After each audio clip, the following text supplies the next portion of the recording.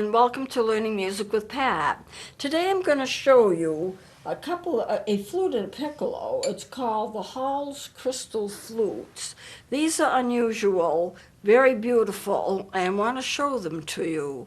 I hope you can pick them up. I don't know what the best position is to hold them in. These look like they're glass blown. You can see right through them. They have a regular mouthpiece, although pretty much like a fife mouthpiece, like that little hole in the top is a mouthpiece. It's raised a little bit. You have all your tone holes, and they're raised a little bit. I have done solos on this particular one. They're all hand painted. So actually they're made out of Pyrex. I know I usually joke with people and say you can do anything to them except to drop them. You can't drop them. Other than that, they're good for almost anything. But they're very clear. They're beautiful to look at. They're all hand painted. Look at the design on this. It doesn't go all the way around, but these flowers are all hand painted, gold embossed, and just a beautiful, beautiful instrument. Regular tone holes and a mouthpiece. And this is the C. It's considered to be the flute in the key of G. This one is in the key of G. I know, I've played it before. And the man who made it, he makes them by hand. It's called the Hall Crystal Flute. And the story behind it, from what I understand, is that he wanted to play flute badly. He loved the flute, he loved the sound of the flute, and he wanted to play flute badly. His parents couldn't buy him one. They just couldn't afford a flute. Instruments, by the way, are very expensive. And he decided he would play, and he would make his own. So this is one of them. This is the Hall's flute, and it is in the key of G. It's true to pitch. I've used it for solos. A very, very beautiful instrument. And I also have the Hall's piccolo. The piccolo is in the key of C. Here we have, it's just like a smaller version. Here is your little hole for the mouthpiece. It looks rather like a fife. A fife has a circular mouthpiece. I've shown them to you before, and isn't necessarily raised. This is kind of halfway between a flute and a fife mouthpiece because it is raised a little bit. The other one has a raised mouthpiece too, not by much, just a little. And you have your fingerboard here, and it's smaller, easier to handle in a sense because it is smaller. It's easier for the finger stretchers. But take a look at the paintings on the back.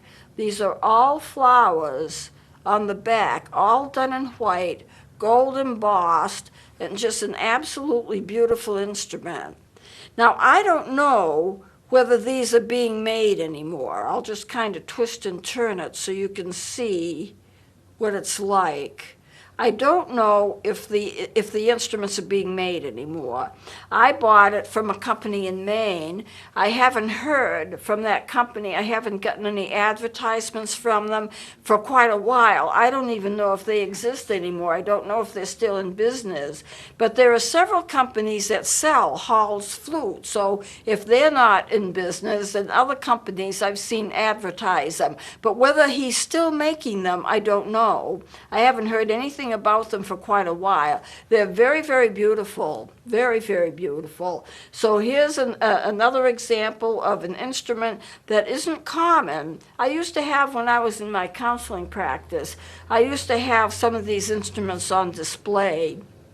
And I had a number of people that I was seeing for counseling that really loved music, was involved in music, and they actually bought some of these flutes. I wasn't trying to advertise because I never tell people what to buy or what not to buy, but they just fell in love with them because they look so nice. And the tone is pure and nice. You can play them, and they are in pitch. So these are the Hall's flutes, the flute and the piccolo. Now, they do have larger ones, maybe like an alto flute or a bass flute. They have some that are longer.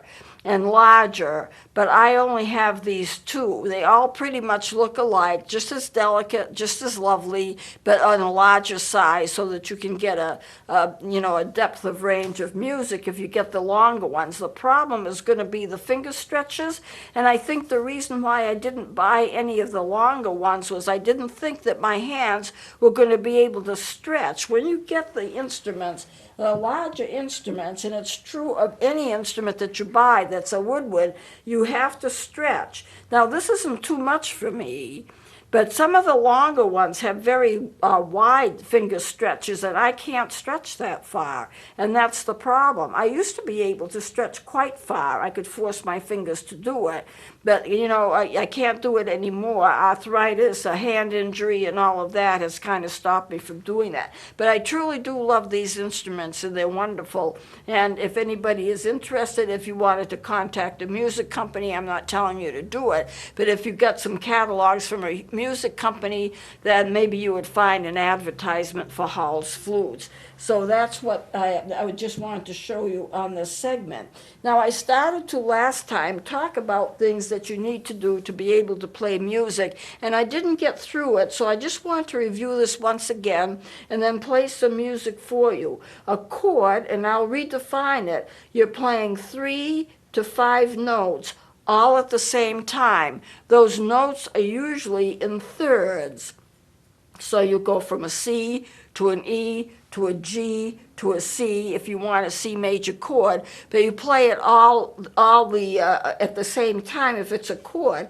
If it's an arpeggio, sometimes called a broken chord, you play those notes one at a time. You cannot play a chord on an instrument that's a woodwind or a brass because you can only play one note at a time. But you can play all those notes, you just have to do it separately. That would be an arpeggio. And so let me just review that, and I'll do it on my melodica, which I brought in. This is a Hona melodica from Germany, a very, very nice instrument. I have several melodicas. I love them a lot because they're a little bit like a keyboard. But if I'm to play the C chord, let me try it now. C, E, G, and C, all at the same time. Now, if you are to play it as an arpeggio, you play the same notes, but you don't play them at the same time, especially if you're playing a woodwind, because usually most woodwinds are not able to get a chord. You can only play one note at a time. That, of course, is not true of a melodica, but it is true of most woodwinds. So let me play it by itself.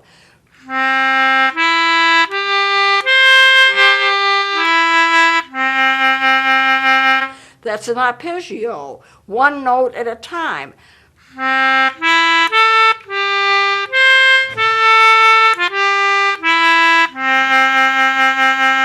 One note at a time, usually thirds. So that would be an arpeggio.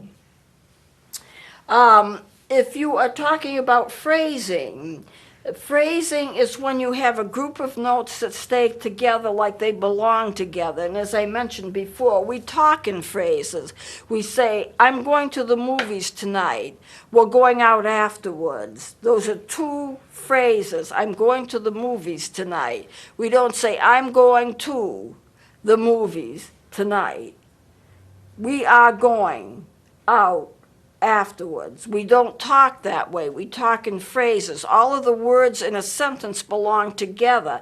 And because all of the words in a sentence belong together, we phrase it as a sentence. We don't break it up. It's not choppy. One of the things I find that new music students do is they play in a very, very, very choppy way. Part of it is just the fact that they don't know how to do it otherwise, and they get to learn to play smoothly. But I oftentimes hear students play something like,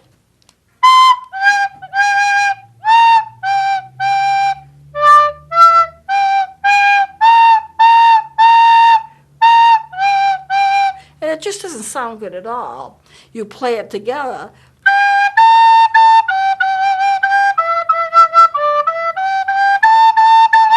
Where you bring one note right up to the next note, and you don't have a division between them except for the fact that you're tonguing, so there's a little division, but it's not a massive division. There's no gaping space between notes. So you have to realize that that smoothness and that togetherness is important to making music beautiful.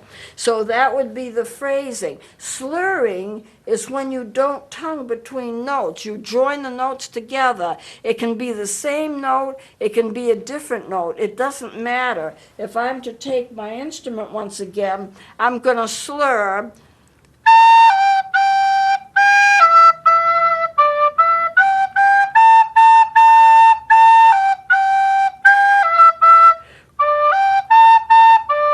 That was partly tongued and that was partly slurred. When you don't tongue between the notes, then you get a lot of smoothness. If you want it tongued between notes, and most of the time you do, you still can make it very smooth, but you have to bring one note right up to the next note, tongue quickly, and then go on. And then it doesn't disturb the fact that the notes really need to be put together.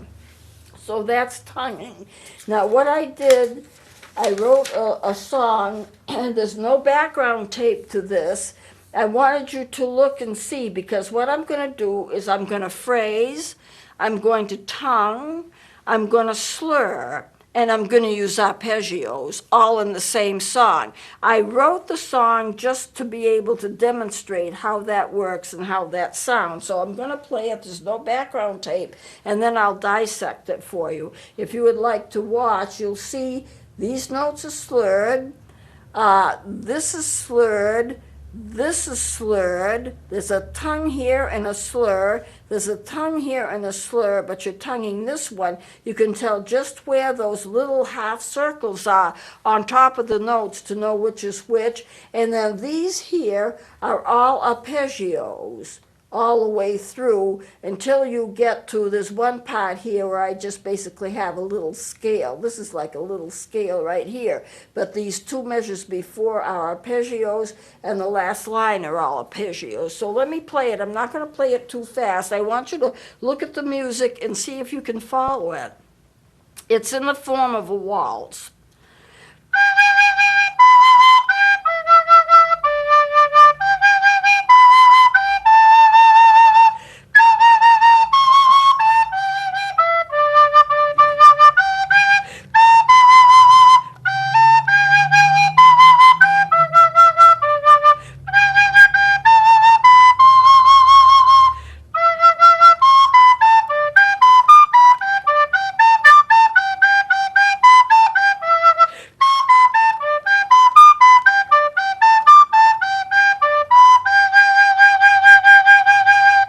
That's a whole song, but let me kind of dissect it for you. It's in the key of G. It has one sharp.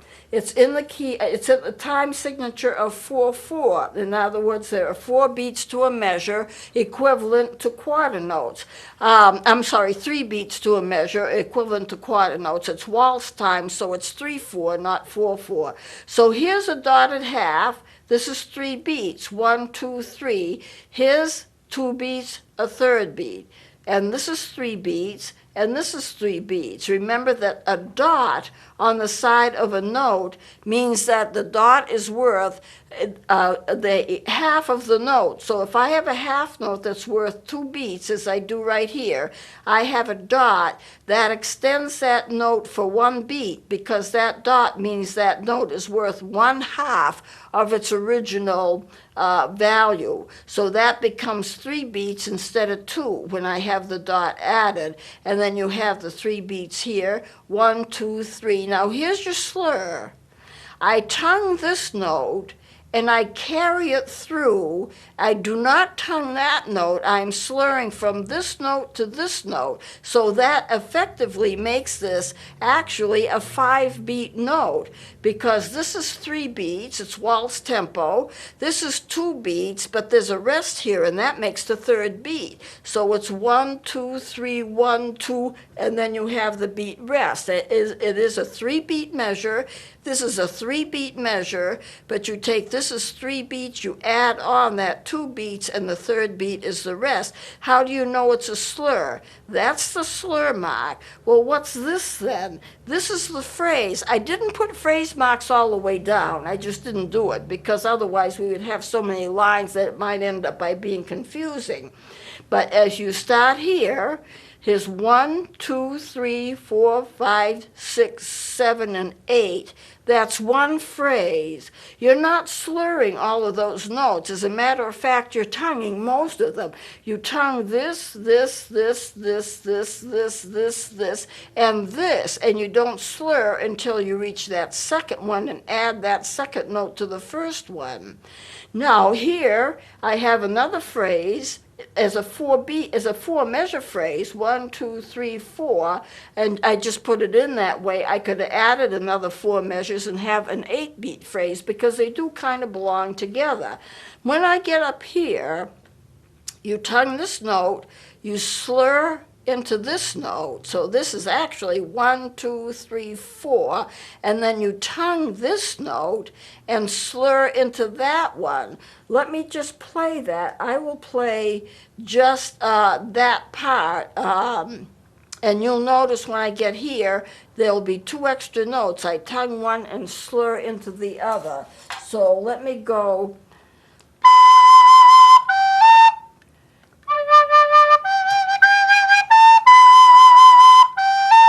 So what I did was I got here to that B and I slurred that, tongued that, and I slurred that note, and then I start another phrase right here.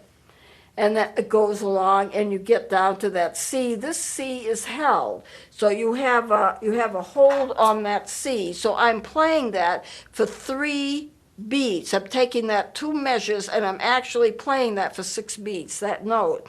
It's really 3 beats because it's a whole note, and a whole note is worth whatever the time signature says the time is supposed to be. Since this is 3/4, this is going to be 3 beats, and this is going to be 3 beats. Well, what's the difference between that and the dotted half? There really isn't a difference because the whole note will be any value that the measure says it's supposed to be. If I wrote it in 6/8 time, then that whole note would be worth 6 beats, and I would have to write the half notes a little bit different, maybe adding 2 or 3 half notes and slurring them together or whatever. There's always a different way to write music. You can always write it in many ways. So here we go, and we get to this 3 beats, 3 beats. Tongue this. The first note of a slur you always tongue. And then you just hold it for as long as the slur says you need to hold it. And just for those 2 measures. And then you start tonguing this. And then I go here and we start the arpeggios. And I tongue all of the arpeggios. If you didn't tongue an arpeggio, it would sound funny. Funny enough that I'm just going to show it to you. I would, usually you always tongue an arpeggio.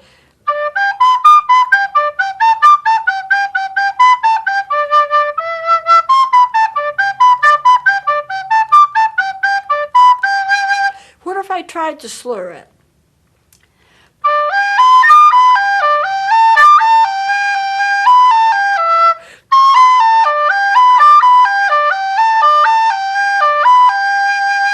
It loses its crispness. It's not like really steady. It just kind of blends in, and there's not the demarcation between the notes that you really need to have. So when you tongue those, you would always tongue those in an arpeggio. There would be no sense in doing it any other way, at least for woodwinds. So phrasing, slurring, tonguing, which is most of the notes, the arpeggios. You see how just a simple song like this that I just happened to write up yesterday, I was thinking I wished I could write a piece. Why don't I write a piece that demonstrates what I'm talking about? And that's basically the kind of writing that I do anyway. And I like waltz tempos and I like march tempos. There's a lot that I like. And so I just go ahead and do it. Now I'm going to play this song once again. We don't have time for anything else, really. And I'm going to do it the way that I would do it. This will be the phrasing, I'll use the tonguing, I'll use the slurring, and if you can watch the music and see if you can follow what I'm doing, then you'll have an idea how all of this tends to fit together. So let me do this now.